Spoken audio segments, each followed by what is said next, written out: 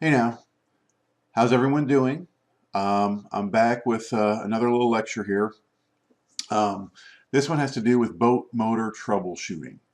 And so these are techniques and things that have been taken from my experience and my students' experience, common things that have happened on the water, on the boat, um, when the motor just wouldn't start. And so there are a number of things that happen often enough that I want to point them out to you. And these are all things that you can check. This is not a definitive list, but like I said, these are very common things. And so let's get started and look at some of them. I kind of broke this down into two basic scenarios. One where the motor will not turn over, or you turn the key and just nothing happens, and then one where the motor will turn over but it won't start. Okay, let's start by talking about those situations where the motor will not turn over. And again, this is not a definitive list, but in my experience, these are the most likely problems from the most likely to least likely. Excuse me about that. The most likely is that the motor is still in gear. Also, you could have battery issues, or you could have fuse issues. So let's talk about each of those in a little bit more detail. So almost all outboard motors, almost all motors in general, have what's known as a safety switch. And so if the motor is in gear, it won't start. And that just seems to be common sense. This happens quite a lot when we're out working on the boat because you're driving along, something may happen, you may need to stop quickly to go help someone pull in a fish or something, and you forget to take the motor out of gear. It shouldn't happen because anytime you stop, you should take the motor out of gear. But sometimes it does happen. Or sometimes you're just not paying attention and you bump it. Again, that shouldn't happen, but it could happen. Okay, this is what it's like when the motor does not turn over.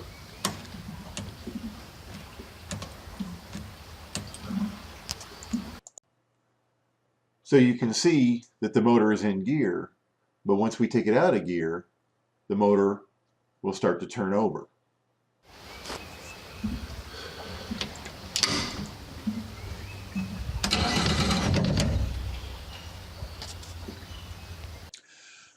Okay, another common cause of the motor not turning over are battery issues. And this may even be more common than the motor being left in gear. Doesn't really matter. The first point I should make is that you should always check the battery before heading out. This is something that you will just get into the habit of once you get more experience. But you can easily test the battery and make sure it's got a charge because it's very common for the batteries to be run down or weak in these boats. Um, so it could be a poor charge, it could be an old battery, it could be a poor connection. Um, Boats tend to sit for a long time without running, and so the battery could slowly run down. Just like your car, batteries wear out, and it just could be an old battery, and even though you charge it up, it doesn't hold a charge very well. Something that's very common in boats is that you have a poor connection between the motor and the battery. And this is sometimes common because, one, you connect the battery in a different way. You usually have just regular like wing nuts or something, and whereas in your car you've got a different kind of connector. So that's one reason you might have a poor connection. But also we're often taking batteries in and out of boats, and so you're messing with the connection more than often more than in other vehicles. And it's also possible that the motor is not charging up the battery as it runs. And so as the motor runs, it should be putting a charge back into the battery. Maybe that's not working. Now, the first two here, if the battery is dead or it can't hold a charge, those will often stop you at the ramp. So if you forget to check before you leave, when you go to try to start the motor, you'll find, oh, I don't have any charge. And so that's not as catastrophic, but it's very annoying. That's why you should check before you head out. Um, but if, it does happen on the water, there's not a lot you can do because you're stuck out on the water. Now, if you have another battery, say a trolling motor battery, or if you're carrying another battery for some other reason, and you had jumper cables, you could try and jump the dead battery, or you could swap out the batteries so you get the motor running. But often you don't have that extra battery. Now, the poor connection can be a source of the motor not starting and not turning over. It's just the battery's good, but you don't have the connection down tight. Also, a poor connection can lead to the motor not charging up the battery.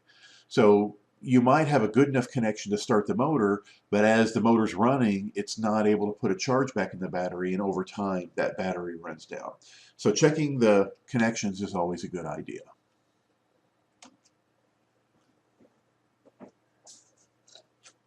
So how do we check battery issues, and how do we try to pinpoint which of these things might be the problem? First thing I do is try to trim the motor up and down. And if you have a weak battery with no charge, it won't be able to trim the motor. Or if you have a loose connection, it sometimes won't be able to trim the motor. But that'll give you a clue as to the state of your battery. Do things like the fish finder or the lights work. These all run off electricity. And so if they work, then you might have a good enough charge. If they don't work, again, you might have a weak battery, you might have loose connections, but it's something that you can check, and then you can say tighten the connections and then check again and see if they improve.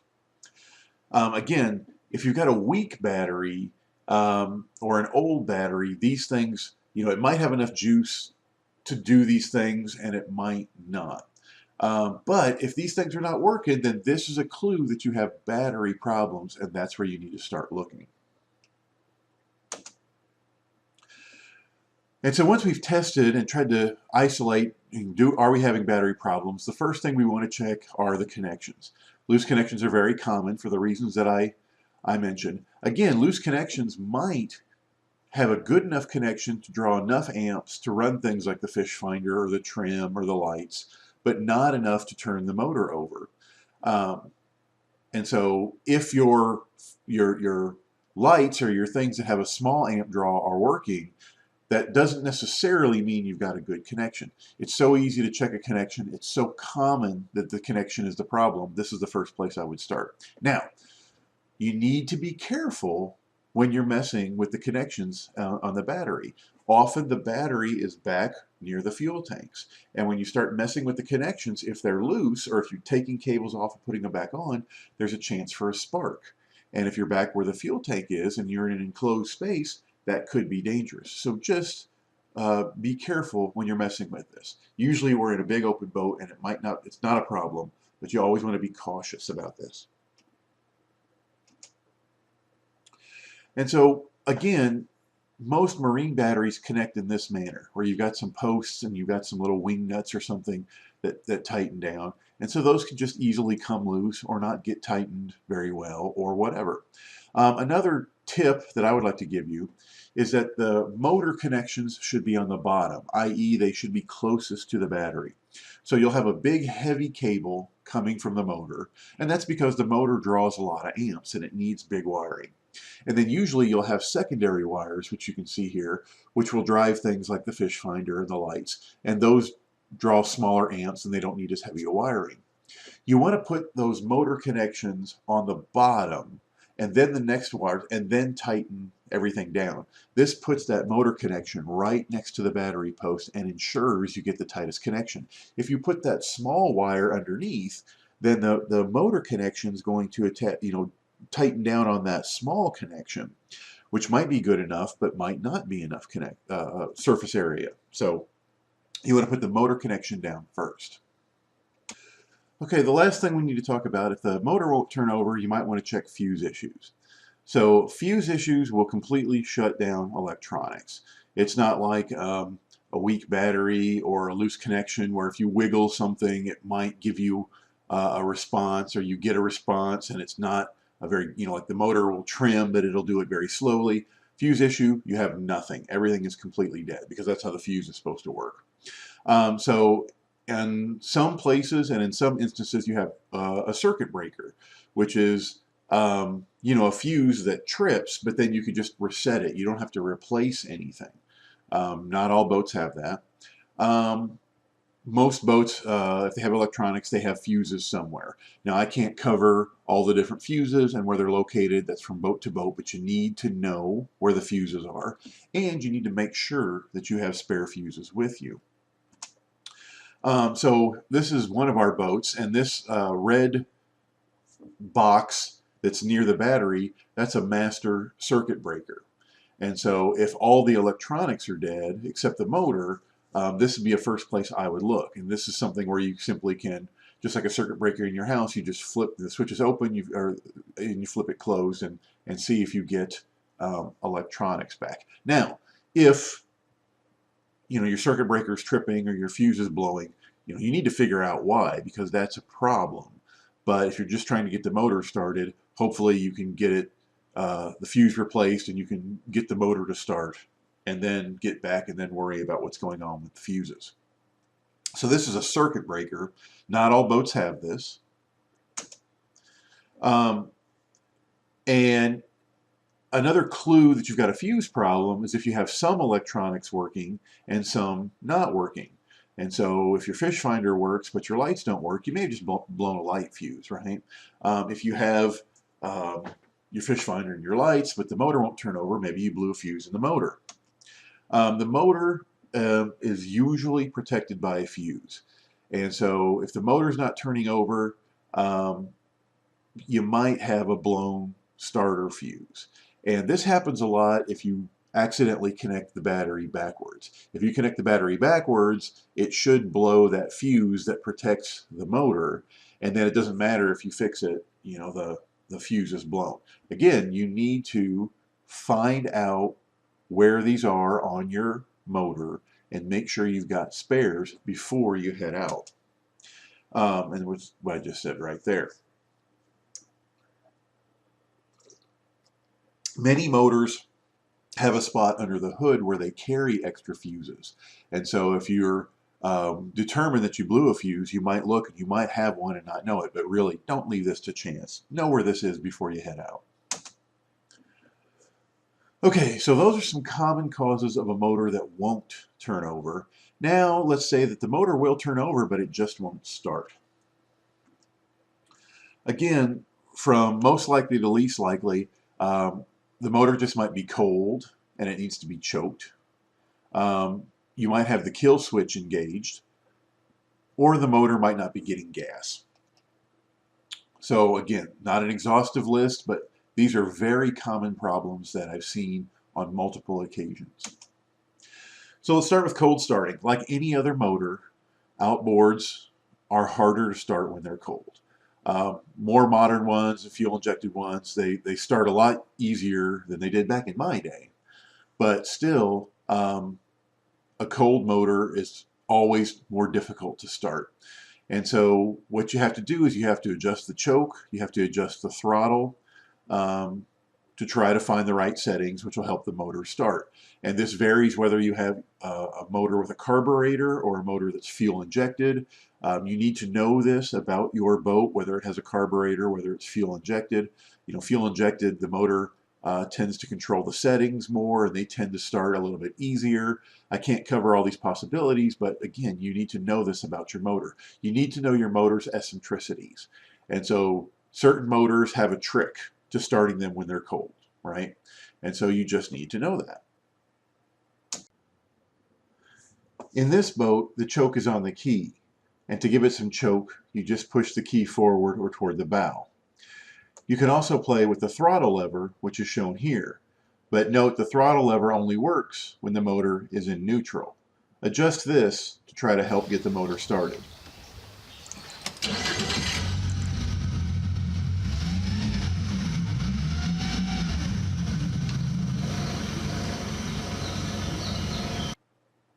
Now, another common cause of a motor that will turn over but not start is that the kill switch has been activated. And of course, the kill switch is attached to a lanyard which you clip to your life vest. And that way, if you're going and the boat's moving and you get pitched out, you'll pull that kill switch and it'll kill the motor. And so one, the boat won't go too far if you've fallen out, but two, often if you're by yourself, the boat will make a big circle. and it'll just come right back around and you might get hit by it. So that's why it's always a good idea to wear your kill switch.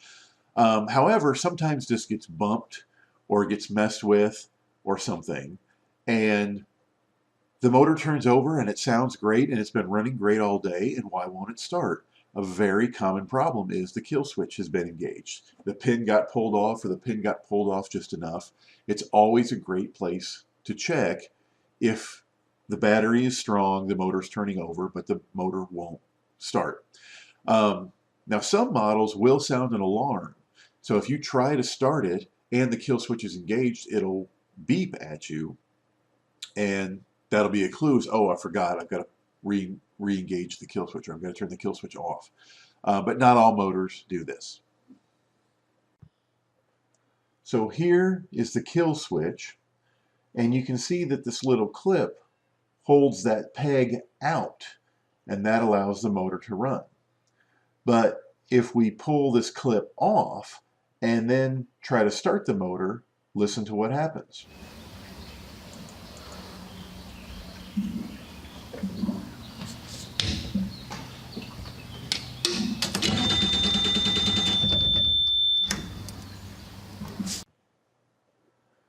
Now, not all motors will have that warning buzzer. So let's put the clip back on, and then we'll listen to the difference.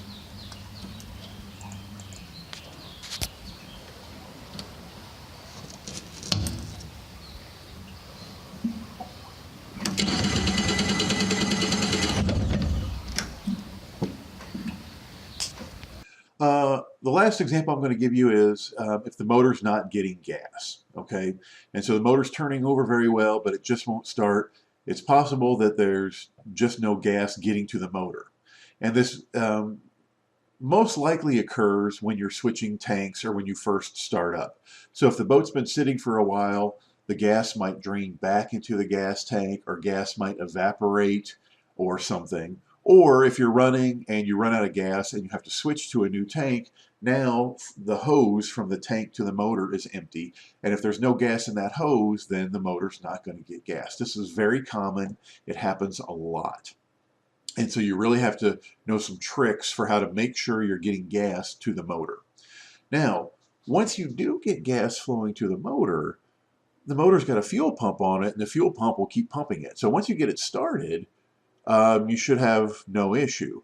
Now, if you get it started and then it keeps running out of gas, then you have an issue somewhere else. You've got a leak, maybe, and air is getting into the fuel line. Maybe your filter or your line is clogged, and so the motor's running, but then that clog stops it. So there are possibilities where the fuel is flowing and then it stops flowing. But usually, once you get that fuel flowing, that's the issue. Then it'll just run all day once you switch out new tanks, for example. And so, of course, the key to getting fuel to your motor is the primer bulb, right? And so this is just the bulb that you squeeze, and it helps to pump fuel up to the motor. These things work great until they don't, and then they can be a pain. And so if you understand the anatomy of the bulb, it helps you understand how to use it and what can go wrong. As you squeeze the bulb, you increase pressure inside the bulb. And that increased pressure forces gas out of the bulb and pushes gas up to the engine. And then as you let go of the bulb and it returns to form, that creates negative pressure or low pressure, and that sucks fuel from the tank. Now, you'll notice that there's an arrow on here. The fuel should only flow in one direction. If you look at the inside of one of these bulbs, on the downstream end there's a valve with a spring, and on the upstream end there is not. And we call that a check valve. It allows things to flow one way but not the other.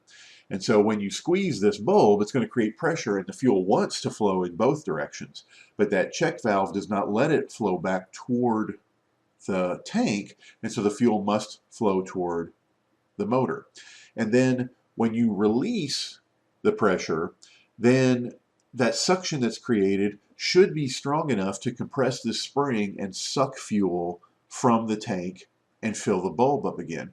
But you know, if the bulb is leaky, if it's it's old rubber and it's worn, if that spring is extra tough, it might not be able to suck that fuel in. And I think in my opinion is this is what happens a lot, is that spring is really tough and it does a good job of keeping fuel from flowing backwards, but it makes it hard to suck fuel from the tank.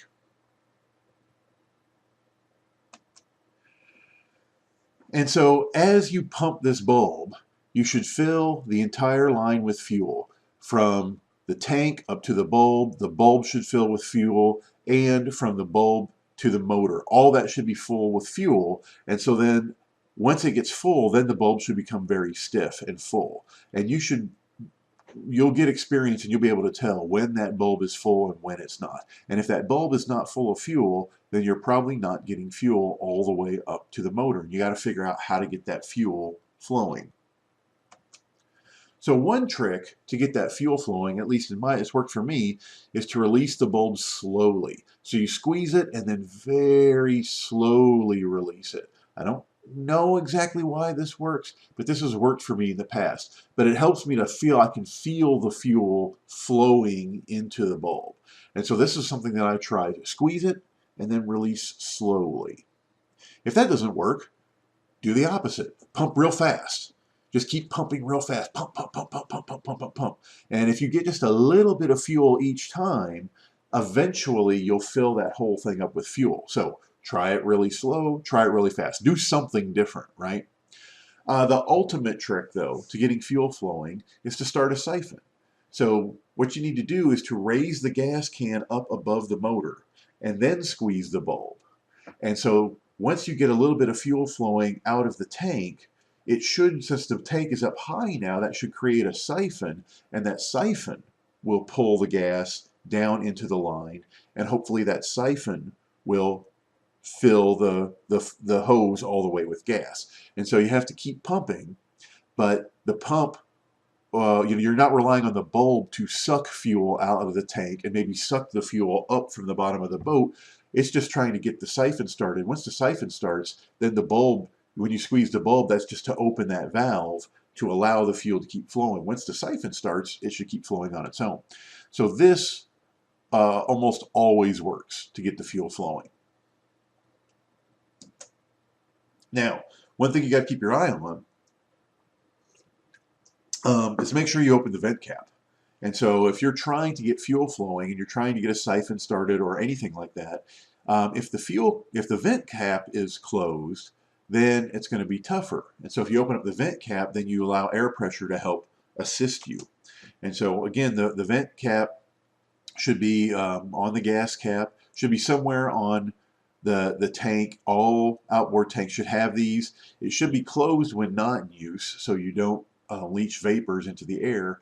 But when the motor's running, you need to open that up. This could be another problem if the motor's running and then it seems to just completely stop and run out of gas. It might be you forgot to open the vent cap. And so it's not, the fuel pump is not able to suck any more fuel out because you've created a vacuum inside there. And opening up the vent cap often will solve this problem. A lot of times you can tell because the gas tank will be all sucked in because the motor is sucking so hard. Open that vent and allow air pressure to assist the fuel pump. Here we're pumping the bulb, but you can even see that it's soft and no fuel is getting into the bulb. So we try to pump a little slower, or we try some different things to get that fuel flowing. Now here you can see that I've set the gas tank up high and it's above the motor. So once we get a siphon going, then gas should siphon down and you should be able to fill up this hose. Of course, you might just have to hold it in your hand up high, but this is a good technique for getting the fuel flowing. Now, with the gas can set up high, I can get a siphon going, and as I pump the bulb, I can see it and I can feel it getting full and getting stiff.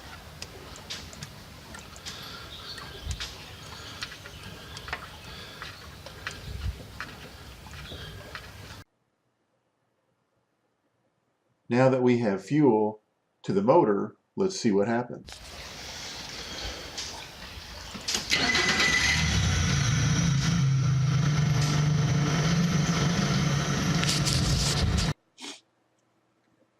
Okay, now this last step, I can't emphasize enough. This is a last ditch technique.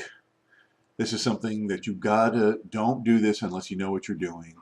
Don't do this unless you're being extremely careful, okay?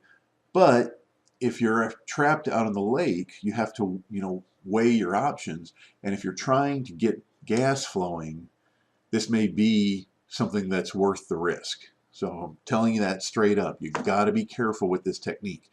But what this technique does is it allows you to check if fuel is making it to the motor. And so even though you might pump the bulb up and it feels stiff, you're not sure. And you think fuel is flowing, but you're not sure.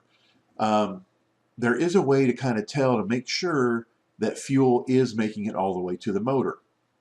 And so what you do is you disconnect the fuel line from the motor.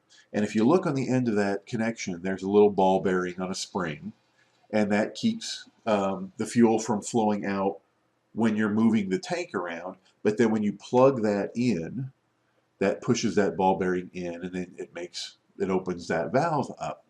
And so what you need to do is you need to disconnect that hose, push that bearing in yourself, and then squeeze the bulb. And if you do that, fuel should come shooting out.